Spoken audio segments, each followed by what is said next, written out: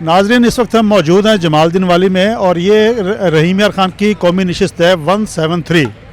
इस वक्त हमारे साथ मारूफ सहाफ़ी मुमताज़ मोनस साहब मौजूद हैं, ज़िला रहीम यार खान की सियासत के हवाले से सीनियर तज्ज़ियाकार। तो हम इनसे जानेंगे इस इंतखाबी हल्का की सूरत हाल। इस कौमी नशिस्त में 3 सूबाई विंग शामिल हैं, जिनमें PP261, PP264 और PP267। तो इन तीनों सूबाई हल्कों और कौमी नशिस्त के हवाले से हम जानेंगे जनाब मुमताज़ साहब का तज़िया कि इनका 8 फरवरी को होने वाले आम इंतखाबात के हवाले से क्या एनालिसिस है। जी मोहन साहब। बिस्मिल्लाहिर्रहमानिर्रहीम। इरफान भाई बहुत शुक्रिया, आप सीनियर साथी हैं, आप समझते हैं कि ये जो हल्का है इसमें अगर तफसील से देखा जाए तो मखदूम मुस्तफ़ा महमूद साहब 3 दफ़ा जीत चुके हैं, हैट्रिक मुकम्मल कर चुके हैं। अब उनकी पोजीशन बिल्कुल क्लियर नज़र आती है कि वो कामयाब होंगे। ना सिर्फ वो कामयाब होंगे बल्कि जो उनके तीनों विंग्स हैं उनकी भी अक्सरियत हमें नज़र आती है कि वो बेहतर पोजीशन में होंगे। मखदूम सैयद अहमद महमूद साहब 2018 के इंतखाबात के बाद पाकिस्तान के वो वाहिद वालिद थे जिनके 2 बेटे MNA थे, और मैं ये समझता हूँ कि इन इंतखाबात के बाद अहमद महमूद साहब के जब 3 बेटे MNA होंगे तो ये इनका पाकिस्तान में एक मुनफरद रिकॉर्ड होगा। ये हल्का इनका आबाई हल्का है। तीसरे बेटे कौन से? मखदूम उस्मान महमूद साहब भतीजे हैं, बेटे ही हैं। तो इनकी 3 नशिस्तें मुझे निकलती हुई नज़र आ रही हैं, तो ये पीपल्स पार्टी के लिए एक ताज़ा हवा का झोंका होगा। अच्छा, ये बताइए कि सर 2018 में इस नशिस्त से NA 173 से मखदूम मुस्तफ़ा महमूद साहब इलेक्शन जीते थे। उस वक्त इनके मद्दे मुकाबल करीब तरीन सियासी हरीफ कौन थे? इनके मद्दे मुकाबल रईस महबूब अहमद साहब थे पाकिस्तान तरीके इंसाफ की तरफ से, और उन्होंने 50,000 के करीब वोट लिए थे, जबकि इनके 1 लाख के करीब वोट थे, 94 के करीब इनके वोट थे। तो इनका बहुत ज़्यादा गैप है। अब वो उम्मीदवार जो पिछली दफ़ा इनके मद्दे मुकाबल थे वो इस बार इनके मद्दे मुकाबल नहीं है। ठीक है। नहीं मुमताज़ मोहन साहब, अगर हम 2018 के इलेक्शन के रिज़ल्ट का ज़रा जायज़ा लें तो उस वक्त यहाँ पाकिस्तान मुस्लिम लीग नून के उम्मीदवार ने को 49,000 वोट लिए, और इसी तरह PTI के रईस महबूब अहमद साहब ने को 51,000 वोट लिए। ये वोट मजमूई तौर पर 1 लाख से ज़्यादा हो जाते हैं, जबकि मखदूम सैयद अहमद महमूद साहब के बेटे मखदूम मुस्तफ़ा महमूद साहब को पढ़ने वाले वोट 93,000 थे। तो अगर आप इस तरह से यहाँ मखदूम अहमद महमूद साहब का मुखालिफ वोट देखें तो वो इनके पार्टी के वोट से कहीं ज़्यादा है। इसकी क्या वजह है? इरफान भाई, ये आपका एक तज़िया ठीक है, लेकिन दूसरी बात ये थी कि जो मद्दे मुकाबल दोनों उम्मीदवार थे, तारक चौहान साहब खुद कैंडिडेट थे और उनका एक अपना हल्का असर था, इसलिए उन्होंने 48,000 वोट लिए थे। और रईस महबूब साहब तहरीक इंसाफ के कैंडिडेट थे, वो इस इलाके के बड़े रईस हैं और उन्हें उस वक्त PTI का हवा था।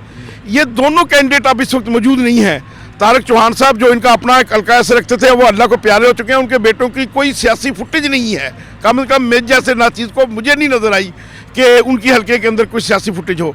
और उसके बाद जो मुस्तफ़ा महमूद साहब ने रोल प्ले किया असम्बली के अंदर और हल्के के अंदर, और ख़ासकर मुस्तफ़ा महमूद साहब के साथ मुर्तज़ा महमूद साहब ने और मखदूम सैयद अहमद महमूद साहब ने, तो उनका एक अच्छा वो अपना ग्रिप करने में कामयाब हो गए हैं। और अब इस हल्के में इनके नज़दीक सारा के सारा सबज ही सबज नज़र आता है। जहाँ तक मैं आपकी बात समझाऊँ कि हल्का NA 173 पे आपको कोई मुकाबले की फ़ज़ा नज़र नहीं आ रही? नहीं, मुकाबले की फ़ज़ा नज़र नहीं आ रही। अच्छा, चलें अब हम आगे बढ़ते हैं। तो हल्का 161 मियाँ वाली कुरैशियाँ जिसमें शामिल है और मखदूम मुस्तफ़ा साहब के इंतखाबी हल्के में ही शामिल है, उस हल्के में आप किन उम्मीदवारों के दरमियान मुकाबला होता देख रहे हैं?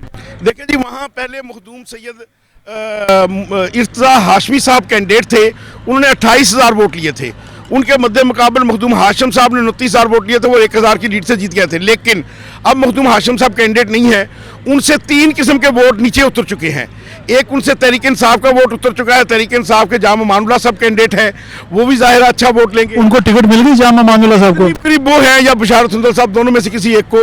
तो जो भी होगा वो ये सारे का सारा वोट उस घर का कम होगा।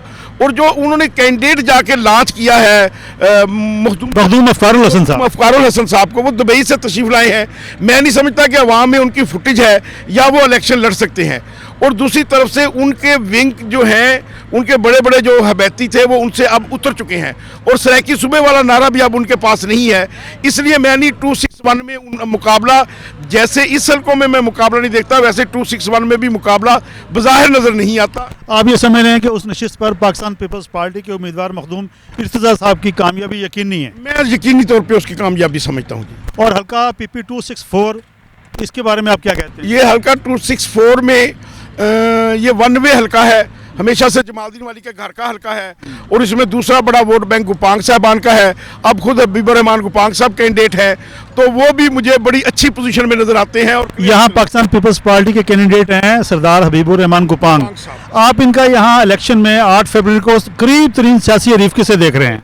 जी, चौहान साहबान ही इनके करीब तरीन सियासी हरीफ होंगे, तो उनका देखते हैं कि वो कितने वोट लेने में कामयाब हो जाते हैं। एक्चुअली इस हल्के में मैं समझता हूँ, बल्कि मैं तो बीइंग ए जर्नलिस्ट समझता हूँ कि हमारे ज़िले में जिस बंदे ने सबसे ज़्यादा रैपिड काम किया और जिन्हें उर्फ आम में 112 कहा जाता है, मखदूम उस्मान महमूद साहब, तो उन्होंने ये हल्का समझे कि देग पका के हबीबुर रहमान साहब के आगे रख दिया और वो उनका हल्का ये जीता हुआ है। चलिए अब हम इस कौमी हल्के की आखिरी सूबाई नशिस्त PP 267 पे बात करते हैं, जहाँ पाकिस्तान पीपल्स पार्टी के रईस नबील साहब और उनके मद्दे मुकाबल पाकिस्तान मुस्लिम लीग नून के रईस इब्राहिम खलील साहब हैं।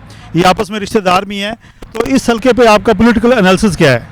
देखिए जी, रईस इब्राहिम खलील साहब जो हैं वो एक दिहाई 2 मरतबा इस हल्के से MPA मुंतखब हो चुके हैं और वो इनके करीबी अजीज़ हैं। और पिछली दफ़ा 26,000 के करीब वोट दिया था अजहर खान लगारी साहब के साहबजादे ने।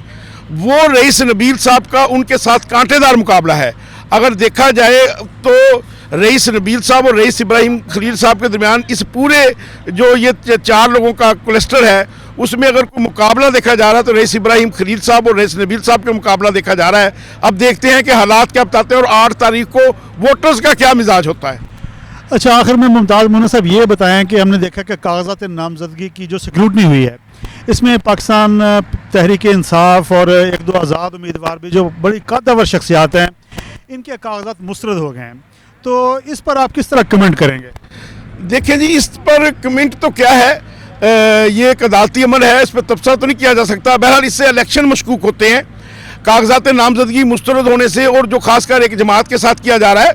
मैं बीइंग ए मुहिब वतन पाकिस्तानी इसको इंतहाई बुरा अमल समझ रहा हूँ कि सबको खुल खेलने का मौका मिलना चाहिए। ऐसी जमहूरियत वो होती है जिसमें तमाम लोगों को हक हो कि वो अपना रोल प्ले कर सके। बहुत शुक्रिया, थैंक यू।